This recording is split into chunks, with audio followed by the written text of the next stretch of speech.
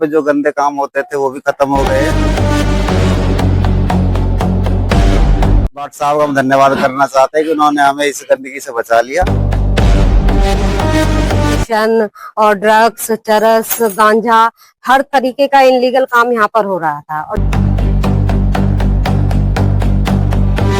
ये अदा करते हैं कि उन्होंने हमें इस गंद से बचा दिया। यहाँ देखते थे गांजा वगैरह, ये सारे कर्म कि जो बिल्कुल निर्दोष थे उनके लिए सरकार कुछ न कुछ करे।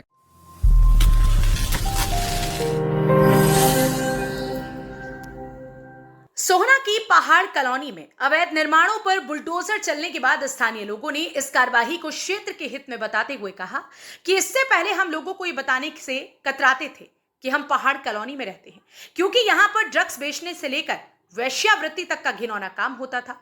लेकिन प्रशासन ने उन सभी लोगों के घरों पर बुलडोजर चलाकर बाकी कॉलोनी वासियों को बड़ी राहत देने का कार्य किया है और अब हम गर्व से कह सकते हैं कि हम पहाड़ कॉलोनी के निवासी हैं। यही कहेंगे कि जो कॉलोनी में तोड़फोड़ हुई है अच्छा हुआ है, क्योंकि यहाँ पे जो गंदे काम होते थे वो भी खत्म हो गए और आने वाली जो पीढ़ी है हमारी वो भी सुख में रहेगी। भाट साहब का हम धन्यवाद करना चाहते हैं कि उन्होंने हमें इस गंदगी से बचा लिया और हम सरकार का भी धन्यवाद करना चाहते हैं। जिनके पास घर नहीं थे, कोई गरीब थे जिनके पास जमीन नहीं थी, उनको जमीन दी जाए और उन्हें कहीं घर देने का भी प्रावधान हो। बहुत बढ़िया महसूस करते हैं। गंदा काम करते थे, दारू बेचते थे, गांजा वगैरह, ये सारे कर्म इनकी वजह से हमारे बच्चों पे भी असर पड़ रहा था। क्यों बच्चे इनको घर निकालने से बाहर निकलने का मन नहीं करते। जिनके पास मकान नहीं है, सरकार से ये अपील करेंगे भाई उनको कुछ ना कुछ सेवा करी जाओ, मदद करी जाओ। तो 20-25 घर जिनके पास कुछ नहीं था, यही दरखास्त सरकार से कि उनकी मदद करें। सोहना की पहाड़ कॉलोनी व पीर कॉलोनी को जमींदोज करने के बाद अब स्थानीय निवासियों की प्रतिक्रियाएं सामने आ रही हैं। जहां एक तरफ तोड़फोड़ की कार्यवाही के दौरान कुछ लोगों का विरोध और नाराजगी देखने को मिल रही थी, वहीं अब दूसरी तरफ कई स्थानीय लोग सरकार और नोडल अधिकारी RS भाट का धन्यवाद करते नजर आ रहे हैं। लोगों का कहना है कि इस कार्यवाही से क्षेत्र में लंबे समय से चल रही अवैध गतिविधियों पर रोक लगेगी और युवाओं का भविष्य भी सुरक्षित होगा। तोड़ फोड़ हुई है, ये बहुत सही हुई है क्योंकि यहाँ पर बहुत सारी इनलीगल एक्टिविटी चल रही थी। प्रोस्टिट्यूशन और ड्रग्स, चरस, गांजा, हर तरीके का इनलीगल काम यहाँ पर हो रहा था और जितने भी घर टूटे हैं वो मैक्सिमम घर इन एक्टिविटीज में इन्वॉल्व थे। इसलिए ये तोड़ फोड़ जो हुई है इससे कॉलोनी वाले बहुत खुश हैं, जिन लोगों के घर बचे हुए हैं। बस हमें थोड़ा सा अफसोस इस बात का है कि इस चक्कर में 20-25 घर ऐसे हैं जो जेन्युइन थे और जो बेचारे गरीब थे और उनके पास कहीं भी कोई भी जगह नहीं है, एक गज भी उनके नाम। तो हम सरकार से थोड़ा अनुरोध करेंगे कि उन घरों की हेल्प की जाए और उनको कहीं पर आवास के लिए जो भी नगर परिषद की जमीन हो या जो भी सरकारी योजना हो उसमें से उनको थोड़ी सी जगह दी जाए और उनकी थोड़ी सी आर्थिक मदद भी की जाए।